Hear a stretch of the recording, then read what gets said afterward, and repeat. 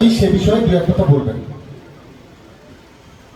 সকলকে ধন্যবাদ এবং মাননীয় বিধায়ক শওকত মোল্লাকে ধন্যবাদ এবং আমাদের স্টেজে যারা আছেন নেতৃত্ব প্রত্যেকে এই ছোট ভাইয়ের অসংখ্য অভিনন্দন এবং ধন্যবাদ জানিয়ে আমি দু এক কথা বলতে চাই যে কেন আমি আজকে তৃণমূল কংগ্রেসে ফিরে এলাম।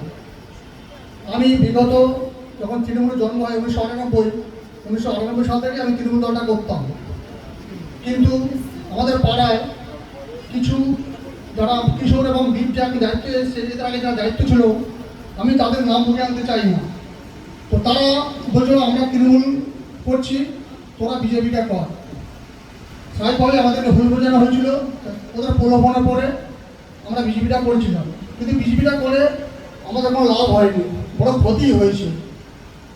ঠিক আছে, এবং আমি যে বিজেপি করে ক্ষতিগ্রস্ত হয়ে আমাদের জেলা সভাপতি থেকে শুরু করে আমাদের রাজ্য সভাপতি সবাই কাছে দরবার করেছিলাম, দাদা আপনাদের যে দলটা আমি করলাম আমাদের ছেলেরা ক্ষতিগ্রস্ত, আমি যে ঘর ছাড়া তার কী ব্যবস্থা করছেন।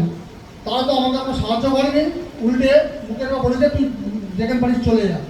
তো যাই হোক, মাননীয় আমাদের বিধায়ক শওকত মোল্লা সাহেবকে আমি ব্যক্তিগতভাবে খুব ভালোবাসি এবং পছন্দ করি।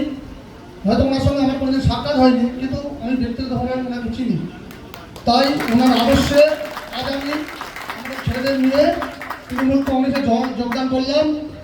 আশা করি আমি আমার জীবন দিয়ে এই তৃণমূল কংগ্রেসকে সাহায্য করব এবং আগামী 26 সালে যে বিধানসভা ভোট আসছে সেই ভোটে এই আমাদের এমএলএ সাহেবকে যতটা বেশি মার্জিনে আমরা জেতাতে পারি অন্তত আমি ব্যক্তিগতভাবে চেষ্টা করব। এই ছোট বক্তব্য বলে আমি আমার বক্তব্য শেষ করছি। ধন্যবাদ ধন্যবাদ অভিজিৎ দাকে। আমরা আজকে ওরা যারা আমাদের দলে যোগদান করেছে তাদের প্রত্যেককে ধন্যবাদ জানাচ্ছি। বসুন।